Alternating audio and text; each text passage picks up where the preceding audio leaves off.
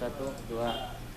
105 desa yang ada di Kabupaten Kepahyang saat ini sudah 40% telah mengajukan pencairan dana desa tahap kedua dan 100% telah dilakukan realisasi untuk tahap pertama. Namun Dinas PMD Kabupaten Kepahyang memperingatkan pembelanjaan dana desa oleh pihak Pemdes harus sesuai dengan anggaran pendapatan dan belanja desa atau APBDes yang telah disetujui secara bersama-sama antara Pemdes dan pihak BPD. Kepala Dinas PMD Kabupaten Kepahyang, Iwan Zamzam menjelaskan, kucuran dana yang diperuntukkan untuk desa pada tahun 2022 ini cukuplah besar. Namun secara regulasi yang ada, pembelanja anggaran tersebut harus mematuhi berbagai aturan dan pertanggungjawaban. Maka dari itu, Iwan mengingatkan pihak desa jangan coba-coba melakukan pembelanjaan di luar APBDes.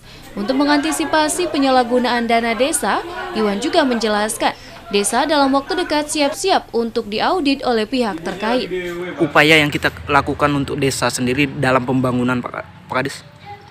Kalau upaya kita ke desa untuk pembangunan, kita tekankan di desa ini memang harus melaksanakan pembangunan. Yang pertama harus sesuai dengan perencanaannya dulu. Sesuai dengan perencanaan yang tertuang di dalam RPJMdes desa dan juga di dalam RKPDes ataupun rencana pembangunan desa dalam 1 tahun.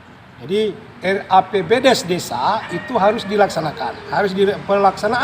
Pelaksanaan pembangunan di desa harus sesuai dengan RAPBDes desa. Jadi jangan sampai nanti di desa melaksanakan kegiatan-kegiatan yang tidak tertuang di dalam rencana anggaran pembangunan desa. Pak, dengan adanya konflik-konflik beberapa desa di Kabupaten Kepahyang saat ini, Pak, ada yang tersandung hukum. Harapan kita ke depan gimana, Pak?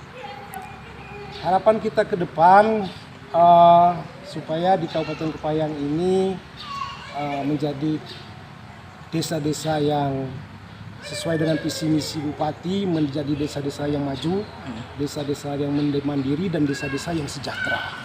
Jadi mau tidak mau, suka tidak suka, yang pertama kepala-kepala desa dan juga perangkat-perangkat desa harus memahami terlebih dahulu mengenai tupoksi mereka, mengenai hak dan kewajiban mereka. Yang harus mereka pahami dulu adalah kewajiban mereka.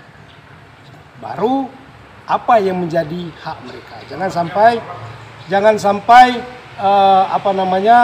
karena anggaran di desa bisa dikatakan anggaran yang bisa dikatakan sangat besar lah, yang dikelola oleh desa itu sangat besar. Mereka di desa kami minta untuk dapat berkoordinasi lah dengan instansi-instansi terkait. Dalam hal ini mungkin dari pemerintahan desa dan juga ada pendamping desa yang merencanakan dan juga melihat rencana pembangunan di desa itu sesuai dengan apa yang telah mereka sepakati bersama di dalam musrenbang desa yang tertuang di dalam RAPBDes desa. Dari Kabupaten Kepahyang, Henry Sui, BTV melaporkan.